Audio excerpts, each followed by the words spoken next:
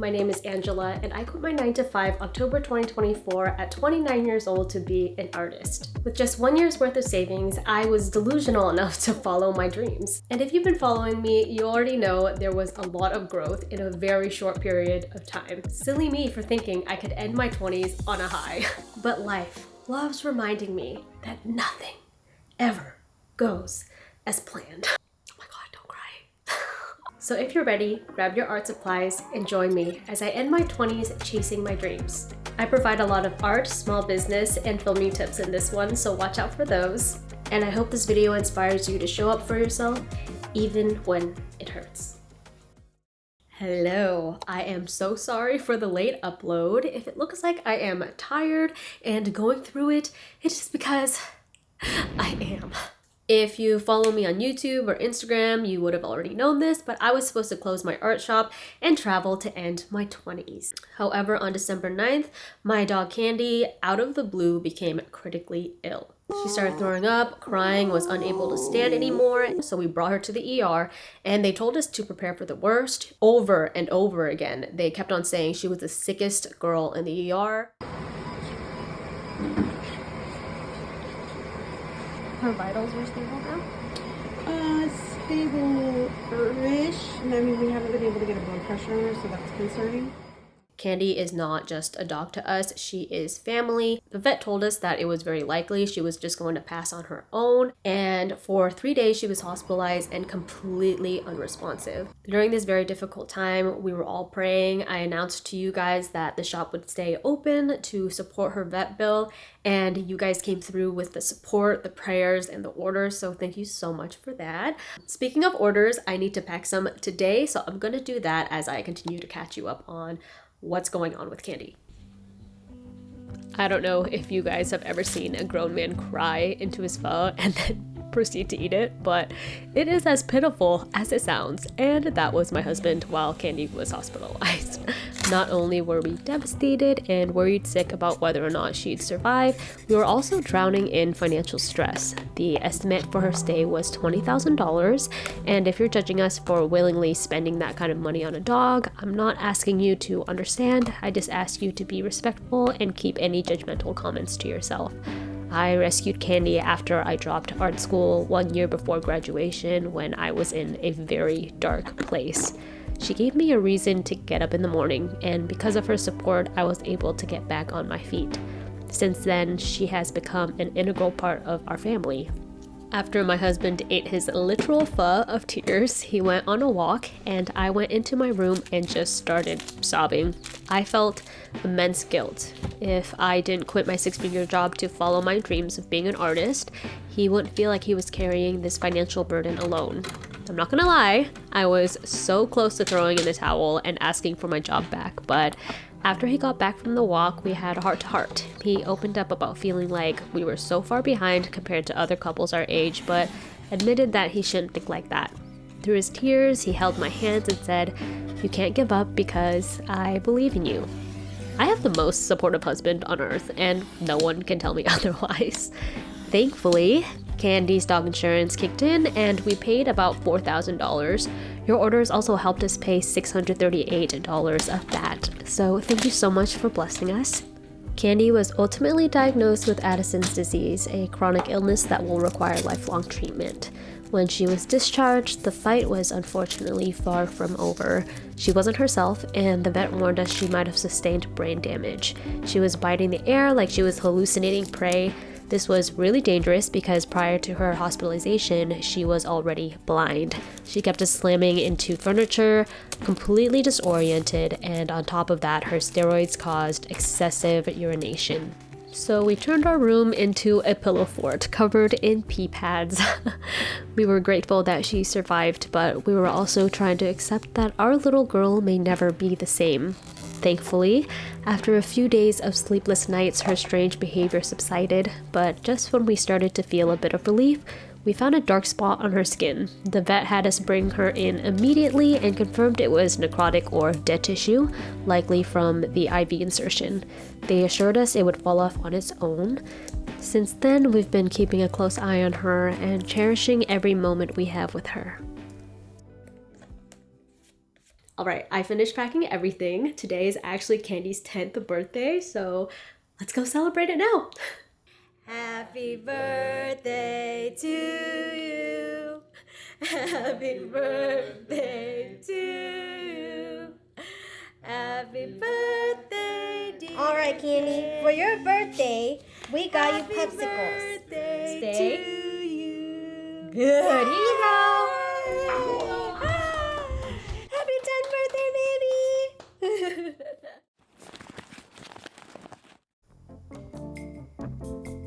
Hello! It is currently Christmas Eve and I'm going to spend it working. But before I do, I wanted to make an announcement. I don't know if you noticed yesterday when I was packaging my orders, but the backing to my bookmarks are now updated. Just for reference, they were clamped on like this before, which is really cute. However, you guys were super sweet and did all these unpackaging videos of my orders, and I noticed that during transit, the bookmark sometimes shifted off of the backing cards. And I noticed some of you guys, after opening it, even did a cutscene and then fixed it up to show the bookmark, which was so nice. And I know it's not a big deal, but I want you guys to have like this really nice experience when you receive my orders. So I made a little slot in my backing cards. Hopefully these will keep the bookmarks in place. And if they don't, just know I tried, okay? And the only reason I was able to make these backing cards is because my sister and my brother-in-law bought me a Julius Caesar as an early Christmas gift, and it is currently my favorite thing. The thing is expensive, okay? It's bougie, but not one miscut. No wasted material, no issue with her. I just feel so grateful. So, round of applause for my sister and my brother-in-law for supporting me. Right now, Miss Juliet is sitting on my floor. Okay, I will figure out what to do with her once I get my life together, which at this rate might be never. But we are figuring it out, okay? And you might have noticed that I have a new monitor on my desk. That is my sister's. I'm borrowing it from her. And the iPad that you always see me using is also my sister's. As an older sister and mentors me, listens to me when I cry, gives me all the resources I need to succeed. And all I have to offer her is comedic relief. And the worst part is, she is funnier than me. I need to stop complimenting her though, because she's gonna like it too much. And as a younger sister, I cannot let her have anything. I recently found this picture of us on my phone, and it is truly the epitome of our relationship and who we are as people. My sister is just standing there, so happy to be there with her little sister, and I'm just like, this affection is making me very uncomfortable. Also, why was I born? Anyways, I'm getting off track. The point is, if you get my magnetic bookmarks, you will have this new backing, and I hope it makes the unpackaging process a more pleasant experience for you. Alright, so today I'm going to start my art marathon. My goal is to design a whole entire collection before my 30th birthday, which is on January 1st. And I know what you might be thinking, wow, does this girl literally hate herself? And to that I say, it's complicated. The reason why I am setting this deadline is because my next shop launch is going to be January 15th, so mark your calendars. And the reason why I picked that date is because I want people to have time to buy my Valentine's Day themed stuff. Is this how I imagined I'd be ending my 20s? No. I was supposed to be frolicking through a winter wonderland in Washington right now, living my B-rated Hallmark movie fantasy. But instead, I am living my C-rated life. C for chaotic, for catastrophic, for crying in the club where we are all fam. Since my husband and I had to cancel my 30th birthday vacation to take care of our sweet dog, I am considering this art collection a birthday present to myself, and hopefully you guys will love it too. I've been studying traditional art since elementary school and started taking college painting courses in high school. I was always that art kid that would win all the art awards and scholarships, but since I quit my job, I forced myself to learn Procreate to expand my skill set. I thought it'd be easy since I've been painting and drawing my whole life, but let me tell you, I was humbled, okay? Procreate really told my prideful ass to sit down because I was starting from scratch. The learning process had me questioning if I was even a real artist, if I made the right choice to pursue this career. I had no idea what I was doing, and I had no patience to finish a beginner procreate course. So the way I learned was by drawing literally every day and looking up how to do something if I ran into a problem that pissed me off enough, which I guess worked because I was pissed like constantly. Also, how cute is my husband for making me food while I pursue my dreams? Honestly, I lock in so hard when I draw, I always forget to eat, so it's nice to have family shoving food in my face all day. Anyways, if you are struggling like me, here's the process I've been using lately that's been working for me. I usually start with a rough sketch and then make a new layer for the outlines, and I set that layer to a reference layer. This makes it easier for me to do color fills later on. After I fill in a base color, I add shading. As a traditional artist, I like using watercolor brushes and paper textures on the app because it feels true to my style. I also forgot to mention what the heck I was even making. This is a Valentine's Day and coquette themed sticker sheet. I wanted it to be coquette themed so I could sell it all year round. It's gonna look so cute on planners and junk journals. Alright, I am now done with my Coquette Valentine's Day sticker sheet. I hope you love it. I'm gonna go ahead and send it to Sticker Blitz. I'm not sponsored by them, but they made my previous sticker sheets and I loved it. I know that I have a Julius Caesar now and I can make these sticker sheets myself, but I just don't want to. I'm still going to make really good use of that machine with my bookmarks, the backings, my die cut stickers, things like that. But as a business owner, I think the most important thing is to outsource the things that you, one, hate doing, and two, take the most time and resources. So I'm gonna go ahead and do that. I think it's worth it for me. And yeah, I'm gonna go ahead and eat dinner now, and I'll see you guys later. Hi guys, I'm not gonna lie, I slept for half of the day today, and I think I am depressed. Which is crazy because God has answered all of my prayers this year. My dog is alive. I got to spend time with my family over the holidays.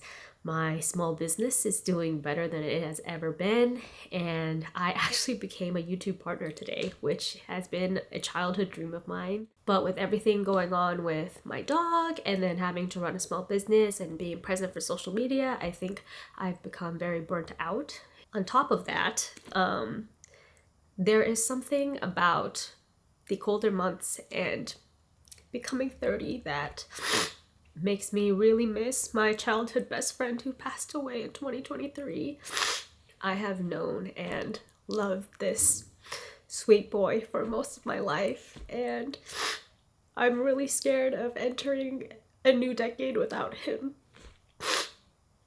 And grief is just a journey, and sometimes you feel okay, and then sometimes it looks like this. If you are feeling pain during a time where you quote unquote should be happy, I encourage you to feel what you need to feel, do what you need to do to get through it. Being sad or getting rest doesn't make you lazy, it doesn't make you ungrateful, it just makes you human. I am so lucky and so grateful to be able to turn 30. But I am just spending the end of my 20s crying every single day. And that's okay. That's okay.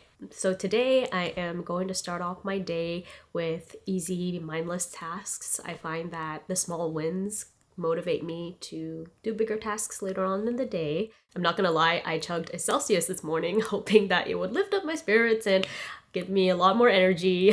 I mean, considering how much Celsius I drink, I am surprised that my tears are not glow in the dark.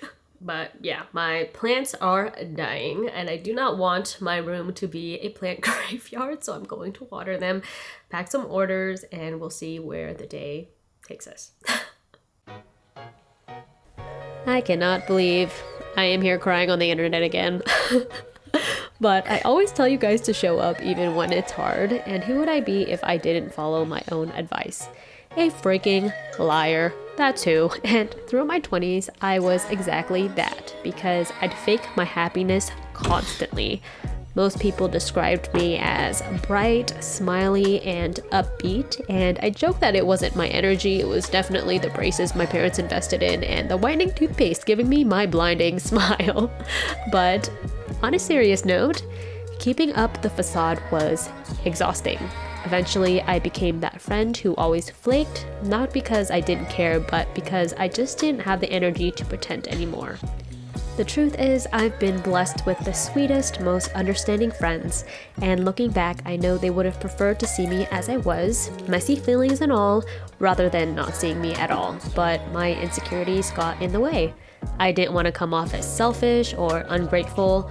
There were so many people with problems far worse than mine. God had blessed me over and over again in this life, and I feel guilty for not experiencing all the joy I thought I was supposed to feel. For years, I would ask God for forgiveness for not being a quote-unquote good Christian, but slowly I learned that gratitude can coexist with pain and grief. It's okay to admit your experiences are difficult because that is the reality you're experiencing. Once I came to terms with where I was at, it became a little easier to give myself grace and eventually ask for help. For years, I had panic attacks alone in my room. During my darkest moments, I'd scroll through my contacts list, hoping to find someone I could call, but I'd always give up, convinced that admitting how terrible I felt would come across as cringy, awkward, or attention-seeking. But maybe that's the point. Maybe attention and connection are exactly what you need in those moments. It's ironic how so many of us feel lonely in our struggles when, in reality, so many of us are hurting together. We just don't know it because no one talks about it. That's why I'm sharing this with you. If you're struggling, I hope you find the courage to reach out to someone you trust, whether that's a friend, a family member, or even a healthcare professional. Protect your heart, but let people in when you need to. For me, support has come in unexpected ways. My husband and I currently live with my sister and brother-in-law for financial reasons. Is living with my family in my late 20s and into my 30s what I envisioned for myself? Not exactly, but honestly, I think God was looking out for me. Being with them has completely changed my life for the better, and I'm so grateful for their love and support, and I hope you can find your people too. So all of my orders are now packed, and now I want to show you some artwork I've made. I took a 2-day break from vlogging to spend time with my family on Christmas and then bring candy to the vet the next day, but I did make some illustrations and I'm super excited about them. The first illustration is this bear. I feel like this bear is the kind of character that comes off very pretentious and cold at first, but once you befriend him, you realize he is the softest, warmest friend you can ever have. And it's very specific, but I have a few of those friends in my life and they're my favorite people. But yeah. Next up, we have these 2 cute bunnies. Look how cute little Miss Thang here is with her little blush. I really love the paper texture on this. And the bear one has like a matching texture in the back. But yeah, anyways, it's late now and I thought I would have the energy to draw. Maybe I will at midnight. But right now I just want to spend time with my family and maybe just play some Stardew Valley. That is kind of like my comfort game. So yeah, if I end up drawing something tonight, I'll show you guys later. Okay. Good night. Today is obligatory touch grass day. My sister and brother-in-law agreed to dog sit, so we had a day of freedom. To all the artists that lock themselves inside and squint at daylight, I highly suggest you also have a day to touch grass. Also, forgive me for some of my horrendous shots today. I had the wrong camera settings, but whatever, I'm not a filmmaker, okay? I feel like you guys come here for the vibes and not my professionalism, so not me making excuses for myself, but whatever. Anyways, I love nature because 1, it's free, and it's the greatest creation of all time, so sign me up. Also, we found this adorable little dude. Don't worry, bro got up after his fall and started climbing again. A true inspiration to us all. Be like bro. Hello. Today is New Year's Eve, which is also the last day of my 20s.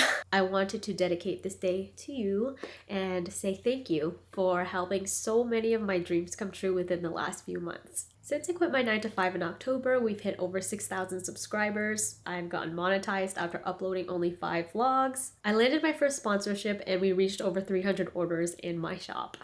It's crazy to think that just a few months ago, I was actively losing followers and only receiving 0 to 2 orders per month. But thanks to you guys, my small business has been revived from the grave, just like my little disabled dog, Candy. I love you, girl. So I wanted to spend today giving you tips and tricks on how to grow your social media following and your small business. I know that I am not the biggest artist on here by any means, but you guys have been asking and I want to give value to you guys. So hopefully it's helpful. The first thing I want to do is take pictures with my painting today. I don't really have any professional headshots and I think it would be really useful for my media kit and my future website. So let's get started. My first tip to you is to be consistent with your social media presence. It's going to feel awkward, it's going to feel cringy, and you won't get used to it. But just do it anyways. I mean, what do you have to lose besides your whole entire reputation and everything you've ever worked for? Yeah. I'm just kidding. It's not that serious, y'all. And literally, no one cares. Say hi to the vlog. Hello. I don't know what I'm doing when it comes to this. So do your best. Okay. Stay. Okay, and tell me if you like further or closer. Alrighty, the photos are done. I'm not sure if I'm gonna use any of them because the lighting is pretty terrible today. That's just how life goes. I'll see if I can edit it in post, but if not, I'll just wait for a more sunny day. Guys, my husband just got me some Burger King. I don't know if you've ever seen anyone so happy about Burger King, but I am a huge fan. And so I'm not gonna edit right now. I'm gonna eat my Burger King. He got it for my birthday, and this is the best birthday ever. If you watched my shop launch video, you know that I've been a burger for Halloween for 5 years, and what can I say? I'm a fan. When I'm a burger, I'm specifically a Burger King burger, okay? Thank you. He got me a big drink. Should we do a Burger King haul? Let's do a Burger King haul. Alright, I'm going to give you my second tip while I eat, which is to incorporate storytelling in your content. Yes, it's more effort than simply showing off your art, but it also sets the biggest brands apart. It's why Gucci screams luxury and why at BK you feel like you can have it your way. When you share your story, you're not just building a brand identity, you're inspiring others and inviting them to support your journey. Y'all, I ate that up, literally. So I might have just taken a humongous nap. Don't judge me. The food coma was hitting hard. I also stayed up all night last night editing and illustrating and ended up going to sleep at 7 a.m. Highly do not recommend. The thing about having a small dog is they will just stare into the abyss forever. So ignore that. Speaking of editing, I wanted to give you guys some filming and editing tips. You guys have been so nice in the comments about it, and some of you have also asked me questions about it. I am by no means a professional. My first vlog I posted last year, and that was the first time I ever used this camera, and I didn't touch it for almost 10 months after that. And then I uploaded my second vlog a few months ago, which was the first time I used DaVinci Resolve. If I can do it, literally anyone can do it. There are so many free resources out there. I used a free trial from Skillshare and then a lot of YouTube videos as well. Next year, I'm going to upload a big fat video of my whole filming and editing process, but before then, I want to give you some rapid fire tips. My first tip is to cut the frames to the beat of the music. This makes the content digestible and more entertaining. My second tip is to explore creative shots. You can do this by literally copying your favorite YouTubers and filmmakers. For example, you could use this nifty little tool called the Magic Arm. This is a relatively inexpensive tool. All you do is connect this end to your camera and then connect whatever you want here. I put my paintbrush in here, my packaging. Gox uses this a lot too. Other cool shots you can try are overhead shots or shots from a point of view from inanimate objects. For instance, in some scenes, I will put the camera in the perspective of an object inside a box as I'm opening it. Last but not least, if you really want to paint a picture and drive the storytelling in your vlogs, you need good coverage of your environment. So I like doing wide angle scenes, medium shots, and close-up shots. All right, my family is calling me to join them for dinner and I have to feed my dog. So I will be back and we'll talk more. I'm back. It has literally been a pain in my ass walking up the stairs today. Because yesterday I decided to lift weights after a whole month of not moving my body. But this program, it had me doing 100 barbell hip thrusts. Okay, and my little booty. It is made out of 2 little adorable walnuts. Unlike my husband, who has a dump truck for a butt, it's always the undeserving men who come through with the ass quakes. And what do I bring to the function? Just my rattling bones and my baggy clothes. Anyways, it's time to lock in. The last thing I want to do today is add text to my illustrations. Oh God. What was I saying? Oh, the last thing I wanted to do was add illustration to, what? My brain is not working. The last thing I want to do is add text to my illustrations.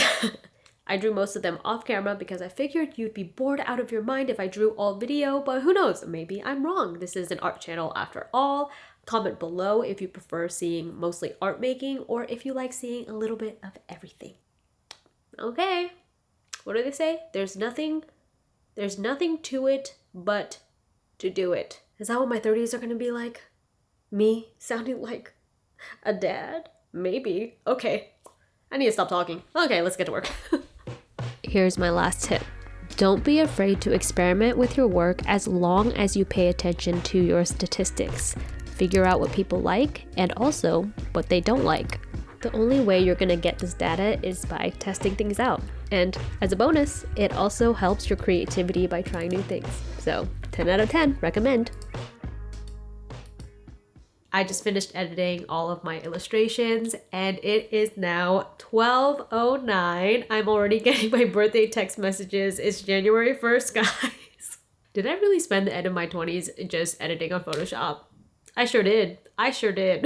So if you ever doubted my commitment to this job, just know I'm really trying, okay? You will be hearing a lot of fireworks because if you've ever lived in a janky neighborhood, you know that everybody's shooting all their illegal fireworks. So my apologies about that. Right before midnight, I ran downstairs and kissed my husband who was knocked out on the couch after taking a muscle relaxant because he tweaked his neck. This here is the epitome of adulthood, okay? Anyways, before I end the night, I want to show you guys my finished illustrations. I'm actually so obsessed with them. So the general theme is small critters with big feelings. First up, we have our forest animals. We have the squirrel who loves hoarding big feelings, and then the wise owl, of course. And everybody knows the wisest people have been through a lot of trauma, so yeah. Next up, we have our anxious pets. Chihuahuas are notorious anxious yappers, and I definitely relate to them. I freaking love the text on my new cat illustration because we are so much like our domesticated pets. We are no longer in the wild, yet our fight or flight response just goes off all the time for no reason at all. It's also a little shout out to all of my nerds. The irony of the sympathetic system not being sympathetic at all. Last but definitely not least, we have our Valentine's Day animals. I'm going to turn these into magnetic bookmarks and postcards, and it's going to be the perfect Valentine's Day or Valentine's Day gift. One of my best friends actually gave me this idea because she has kiddos. Her daughter is actually my goddaughter. I love her so much. She told me that instead of having her kids bring like little Valentine's Day cards to class, it'd be so much cooler to have magnetic bookmarks. That is why I made these. I also think Valentine's Day is a great day to just show your friends you love them. Friend love is so underrated. So I'm definitely going to be sending out these postcards on Valentine's Day, and maybe you guys will join me. All right, I should probably go to bed because I'm celebrating my birthday in the morning, and I will see you then. It's true what they say about turning 30. You feel like the exact same person. You wake up to the same room, same clothes, same old routine. But you're not exactly the same, are you? Because after 30 years of life, you've learned that the failures taught you more than the success ever could. Yes. And that grief is proof you had the privilege to love and be loved. You're not the same as you were because when your mentors told you that the pain would make you stronger, they weren't just spewing BS to shut you up. It was true, but it annoyed you endlessly in your 20s because you were exhausted and didn't want to be strong anymore. I'm relieved that I'm not the sole writer of my story. Otherwise, it'd be perfect all the time, because why would I wish for anything but good in my life? But that would make for a monotonous timeline begging for a character arc. Life will throw you situations you never planned for, challenges you thought you could never overcome. But it also has a way of exceeding your expectations and revealing what you are capable of if you just give yourself the time to see it through. If your 20s were or are tough, if 2024 was hell, if getting out of bed today was you doing your best, just know that whatever your best looked like, it was enough. And your time here, it means something. Thank you for supporting me through the highs and lows. I'll see you in the next one.